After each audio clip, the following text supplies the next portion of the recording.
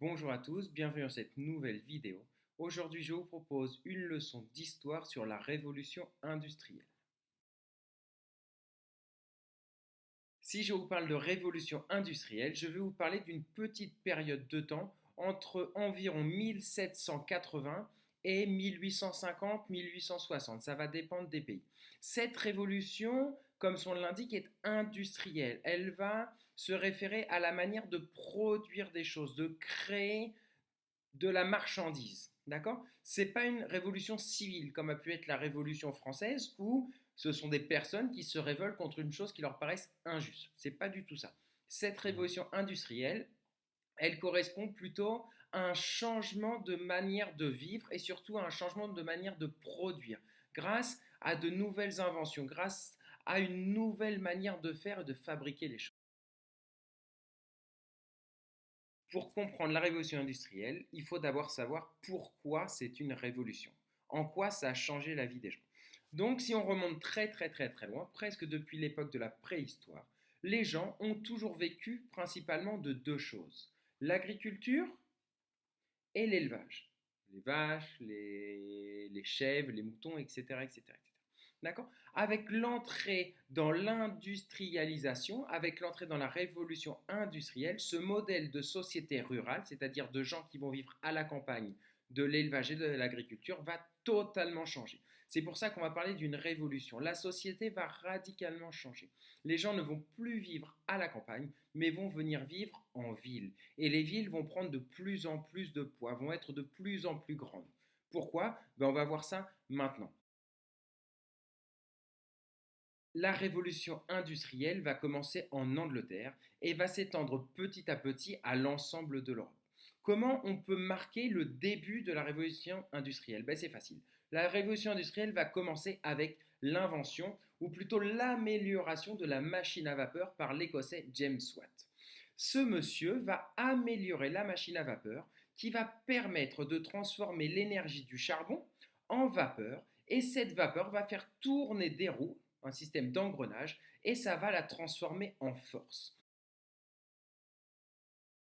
Cette machine à vapeur, vous la connaissez tous, vous l'avez tous vue dans les films, et c'est celle qui est dans les trains, dans les premières locomotives. Si vous vous rappelez, dans les premières locomotives, on voit le train, la locomotive, c'est-à-dire le premier wagon du train, qui va former de la vapeur, de la fumée, d'accord? Et ça va entraîner des grosses roues.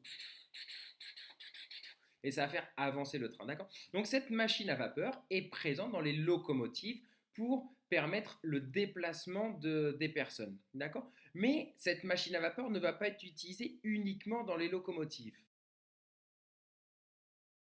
Cette machine à vapeur va surtout être utilisée dans les premières usines, dans les premières industries.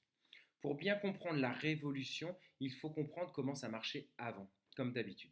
Donc si je voulais avoir une paire de chaussures avant, j'avais besoin qu'un artisan me la fabrique. C'est-à-dire qu'une personne pouvait fabriquer par jour une paire de chaussures. Maintenant, avec la machine à vapeur, une machine va pouvoir fabriquer en un jour 100, 200, 300, 1000, des milliers de paires de chaussures.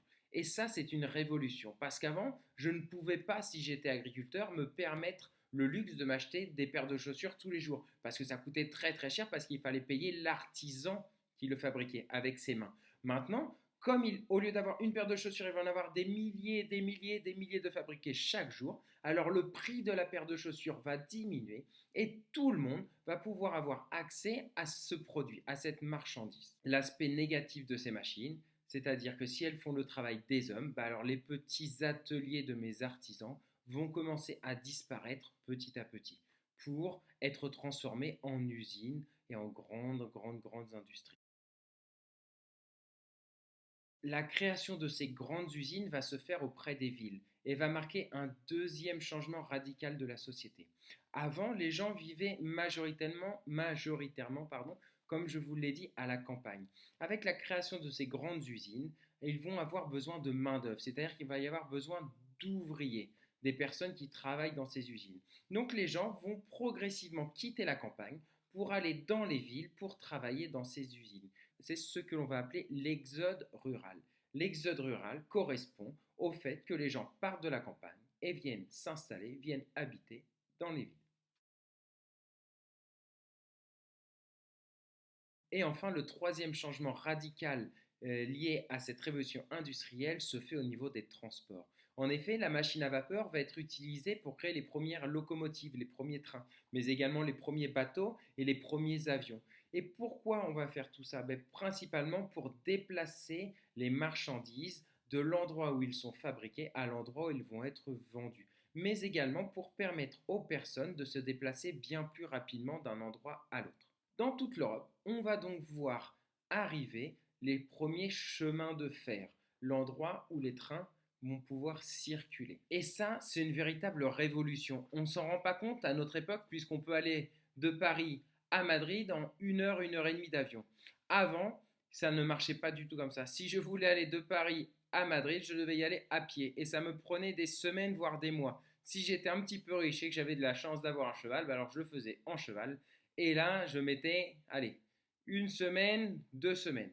Maintenant, avec la création du train et du chemin de fer, je vais pouvoir me déplacer bien plus vite, bien plus facilement et surtout beaucoup moins cher.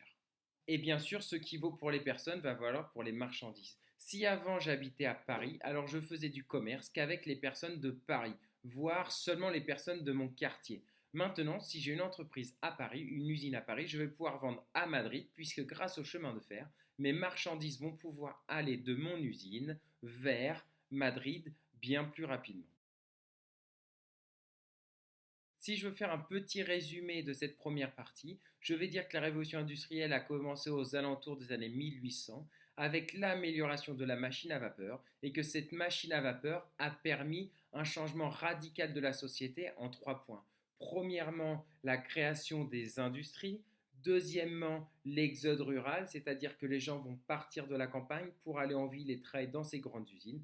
Et enfin, une révolution au niveau des transports, puisqu'avec la création de la locomotive et du chemin de fer, je vais pouvoir exporter ou du moins faire voyager mes marchandises et mes personnes bien plus rapidement et bien plus facilement. Voilà, j'ai fini cette première partie de leçon sur la révolution industrielle. J'espère avoir été clair. De toute façon, si vous avez n'importe quel petit doute, vous avez envie de me poser une question, alors vous me retrouvez à 1 heure sur l'application Meet et je répondrai à toutes vos questions. Prenez soin de vous, bon courage et à bientôt.